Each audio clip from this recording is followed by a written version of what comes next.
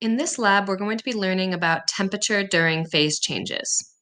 We'll explore how the temperature of a substance changes as it transitions from a liquid to a solid. We'll notice a pattern and use this to identify the substances. So I want to give you guys a little bit of a background to this lab. We already know that as a substance heats, it changes from a solid to a liquid to a gas, or as it cools, it goes from a gas to a liquid to a solid. But what is happening at that exact moment where a substance is transitioning from a liquid to a solid or from a solid to a liquid? That's what we're going to be learning about in today's lab, and we're going to be doing a graphing activity in order to do that.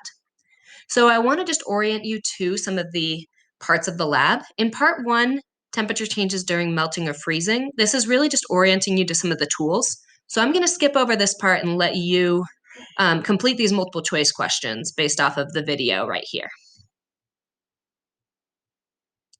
You'll need to lock your answers in order to continue to part two. So make sure that you have answered all of these. And then we can go on to part two. So just like our previous lab, you have different kinds of substances that we can load onto this device. What we're basically doing is either cooling a substance with water or heating it with water, and then allowing it to, if we're taking it out of the water, we're going to allow it to cool back down to its solid phase. Or if we're putting it into the water, we will be warming it up to its liquid phase, depending on which substance, which trial that you do.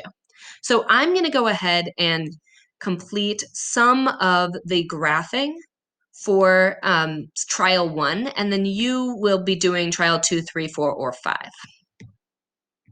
Okay. So we can use this table and graph to collect and analyze data. Follow the instructions outlined in the questions below. All right, so I'm going to do trial number 1. Collect data and then make a graph showing how the temperature changes over time. Be sure to refer to this demo about how to set up the table. All right, so I'm going to show you all how to set up the table, and then it will graph it for us, which is really nice. So if I just play this, first of all, I'd like for you to just play it all the way through once so you can see what happens and you can watch what's happening in the video.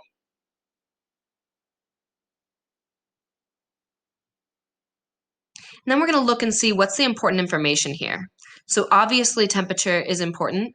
The other thing that we're wanting to compare that to is time. So we'll use this icon right here to set up a timer. And after we watch through this one time, I'll show you what to do with this timer. So we can see that this substance started as a solid and it is changing into a liquid here.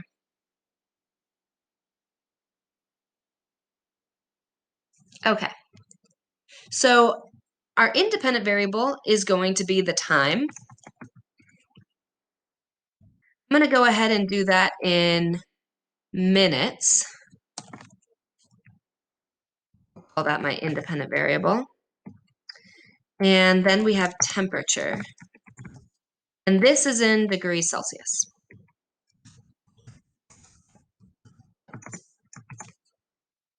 Dependent variable. So temperature is dependent on the time that it is heating for. Okay, so what I want to do is restart this. And I'm going to wait until it gets to the part where it says time lapse, and then I'm going to start the timer. So once we put it into the water.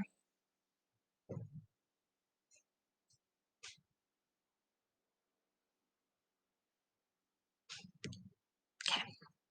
I'm going to reset this clock and call this my 0. So at 0.00 minutes, the temperature is 24.3 degrees Celsius. I don't want to put any numbers in there, or sorry, letters in there. Like I don't want to put an M or a C. I just want to leave it with the numbers so that it will graph. Okay, and then I'm going to start the clock and pause. Okay, and now about a minute's gone by, 56 seconds, or 0.56. And 29.5. Okay.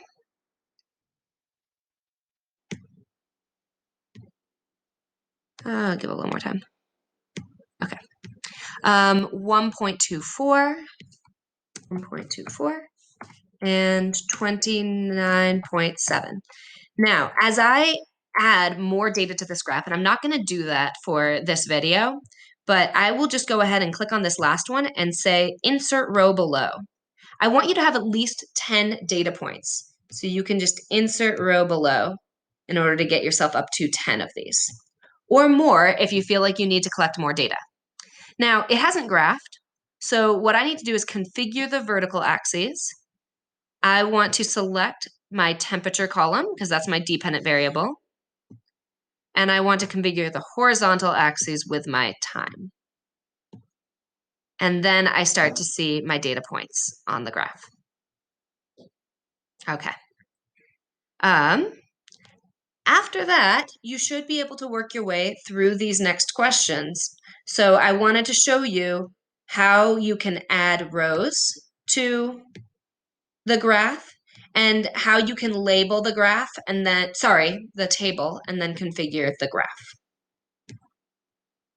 So remember, what I did was I waited until it got to the time lapse and then I restarted the timer right here so that I could have my first point at 0 with my temperature, with the initial temperature.